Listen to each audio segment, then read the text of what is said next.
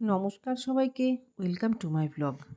চলুন ব্লগের শুরুতেই আপনাদেরকে বলি যে আজকে রান্নাটা কী হবে। সকাল সকাল রান্নাঘরে গিয়ে দেখি যে বাবার সবজি কাটা হয়ে গেছে। আর এই তো দেখতেই পাচ্ছেন যে আলু এবং পটল কেটে রেখেছে মাছের ঝোলের জন্য, এবং একটু সবজি যেমন গাজর, বিনস এবং আলু কেটে রেখেছেন একটু ম্যাগি করব বলে, জলখাবারে একটু ম্যাগি করব বলে এই সবজিগুলো। তো আমিও বসিয়ে দিলাম আগে টিফিনটা করে নেব, তারপরে মেন কোর্সে রান্নাগুলো করব। তো তাই সবজিগুলো ভেজে আগে ম্যাগিটা বসিয়ে দিলাম, ম্যাগিটা সেদ্ধ করে নিয়ে। এই ম্যাগিটার একটা বিশেষত্ব কী, যেটাতে না আমি ম্যাগি মশলাটা অতটা দিই না, একটু সস দিই যদিও। তো এইসব দিয়ে ম্যাগিটা করে ফেলি, বেশ টেস্টি হয় খেতে। তারপরে একটু বড়ি ভেজে রেখেছি, এই যে মিষ্টি কুমড়ো ছেঁচকি করবো বলে। মিষ্টি কুমড়োটা একটু সরু সরু করে কাটা হয়ে গেছে, তো কেটে নিয়ে মিষ্টি কুমড়ো ছেঁচকিটা বসিয়ে দিলাম। বড়ি দিয়ে না মিষ্টি কুমড়োর ছেঁচকিটা খেতে খুবই ভালো লাগে।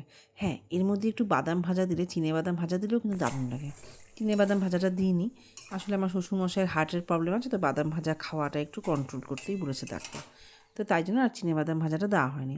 কিন্তু যদি বহরমপুরে কখনো করি এই রান্নাটা, তাহলে আমার মেয়ে বড়িও দিতে দেয় না।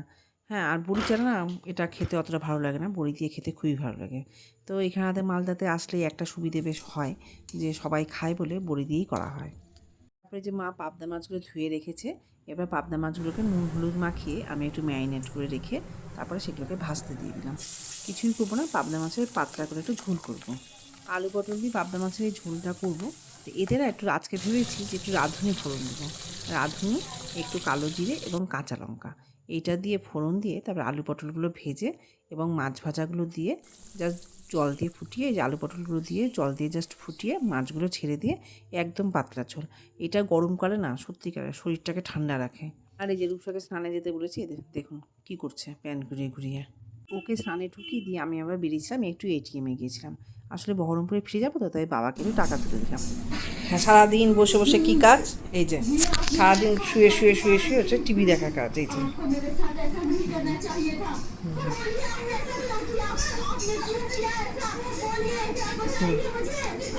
শুয়ে শুয়ে সারাদিন, ঘুম থেকে উঠে সারাদিন শুয়ে শুয়ে শুয়ে শুয়ে এই চলছে, সবাই দেখবে।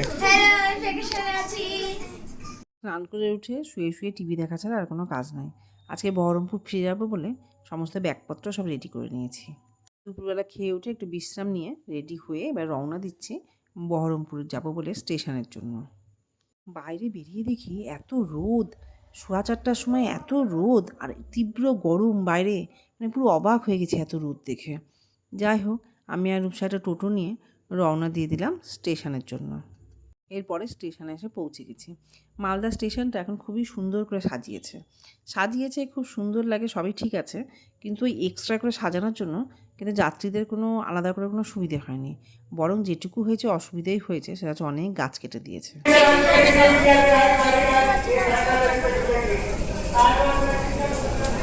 আমরা যথেষ্ট সময় হাতে নিয়ে বেরিয়েছিলাম, অতএব ঠিকঠাক টাইমে একদম স্টেশনে এসে বসে পড়েছি, ট্রেনের জন্য অপেক্ষা করছি।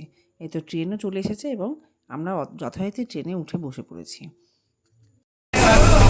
हमारे तो हर दिन की बात है, मालदा टू बेहरामपुर, बेहरामपुर टू मालदा, हर रोज का बात है। ও বাবা, কিছুক্ষণ পর দেখি মেয়ের মতিগতি ফিরেছে, দেখি গল্পের বই খুলে গল্পের বই পড়তে বসেছে। ভাবলাম যাক, তাও ভালো, এই সারাক্ষণ মোবাইলের থেকে একটু বই খুলে বসেছে, তাও ভালো। মালদার উপর দিয়ে ট্রেন যাচ্ছে আর এই আমবাগানের সারি, প্রচুর আমবাগান। তো বন্ধুদেরকে এই আমবাগান দেখানোর লোভটা ছাড়তে পারলাম না, তাই ভিডিওটা করেই ফেললাম। এখন না আম গাছে প্রচুর আম হয়ে আছে, আমি একটু ক্লোজ করে ভিডিও করার চেষ্টা করলাম, কিন্তু দেখলাম আসছে না আমগুলো। তো যাই হোক, আম বাগানগুলোই দেখাচ্ছি। প্রচুর আম হয়ে আছে কিন্তু গাছে গাছে, দারুণ লাগছিলো দেখতে, এবং তার সাথে ছিল কলা বাগান।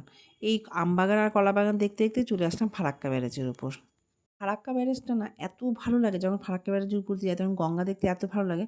কিন্তু দেখুন এখন গঙ্গার কী অবস্থা, ওই দূরে দেখছেন পুরো সাদা বালি চর পড়ে গেছে। সত্যি দেখেই এত কষ্ট হয় না, কি বলবো, এত গরম পড়েছে, জল সব শুকিয়েই গেছে গঙ্গা। যদিও এটা আজকে দেখেছি প্রথমবার তা নয়, এর আগেও এরকম দেখেছি, এবং গরমকালে এমন জল এত ভালো লাগে দেখতে, একটু ঝর্ণার মতো দারুণ লাগে। এখন দেখুন কত সুন্দর জল, আর দেখলেই কেমন যেন লাগে, এটাতে বেশ ভালো লাগছে। আর কয়েকটা তো শুকিয়েই গেছে, আর কয়েকটা থেকে খুবই কম জল। যাই হোক, এই দেখতে এইটা আমরা ক্যামেরা আসলে এই জিনিসটা দেখতে আমার এত ভালো লাগে যে আমি এটা দেখা ছোটোবেলা ছোটোবেলা থেকে আজও পর্যন্ত এটা দেখার জন্য টুকি টুকি বল মুখে মুখে না বললো তো কেমন তো দেখবে।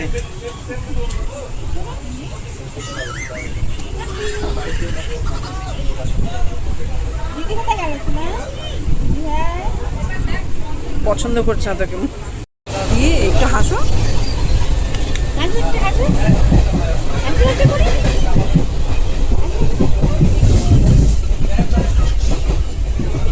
ট্রেনে ওঠার পর থেকে এতগুলো বাচ্চা ছিল যে ওদের সব কাণ্ড কারখানা দেখেই হ্যাঁ খুব মজা লাগছিল। দেখুন এখানেই দেখতে পাচ্ছেন 3টে বাচ্চা, আরও কতগুলো কয়েকটা বাচ্চা ছিল।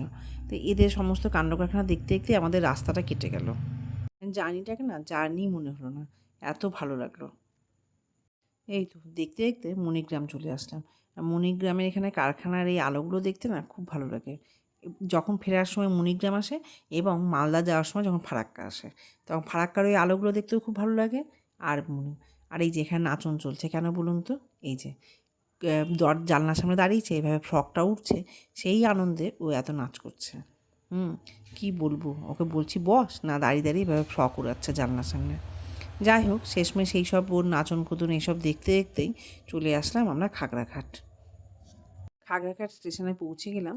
এবার বাড়ি ফেরার পালা, মানে 12 তারিখ আজকে আমরা বহরমপুরে ফিরে আসলাম।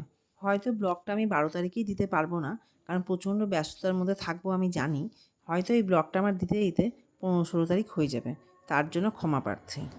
এই এখন আমরা গির্জার মোড়ে এসে দাঁড়িয়ে আছি, রূপসার বাবা নিতে আসবে বলেছে, ওই যে চলেও এসেছে।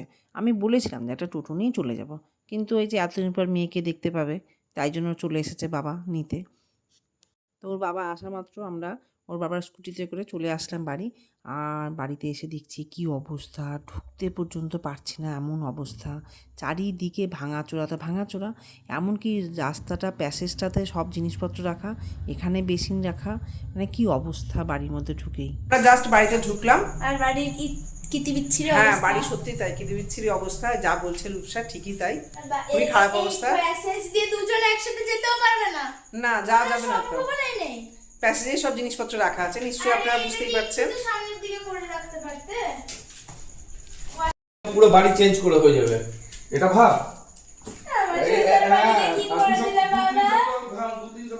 দেখ তোর বাবাকে রেখে গেছিলাম বাড়িতে, হ্যাঁ 1 সপ্তাহ, তোর বাবা কি অবস্থা করেছে তুই একবার ভেবে দেখ। দেখ এটা কি সুন্দর ছিল এই জায়গাটা, হ্যাঁ তাকে ভেঙে ভুঙে কি করেছে দেখ। তোর বাবার ভরসায় বাড়ি রেখে যাওয়া যাবে বল, দেখবে সব ভেঙে দিয়েছে, ভাবতো ভাবা যায়। হ্যাঁ ওটা আমি ওই জায়গাটা খালি করে রেখেছি, সবাই বলে টিভিটা দেখা যাবে, ওইটা খালি করে রেখেছি। ওপরে বেডরুমে পড়ে যাবে, হ্যাঁ স্টাডি রুমে রুমে বেডরুমে একদম পড়তে পারে না, খুব পিঠে চেয়ারটা এই যে রান্নাঘরের অবস্থা খুবই খারাপ অবস্থা আছে, যে গ্যাস ইন্ডাকশন কঠিন অবস্থা হয়ে আছে। চেয়ারটাকে টেনে নিবি। এই যে এটা হচ্ছে এই ঘরটা আরে খুবই খারাপ অবস্থা মাইক্রো আছে। ওভেন যদি এখানে, এই যে এটা দেখো ভেঙে পুরো একদম দিয়ে দিয়েছে। দেখ আরে তুমি রেখে এটা কি করেছো তুমি? তোমাকে রেখে গেলাম বাড়িতে, তুমি সব ভেঙে ভুঙে এগুলো কি করলে, এটা কি হয়ে গেছে? কি করলে এগুলো।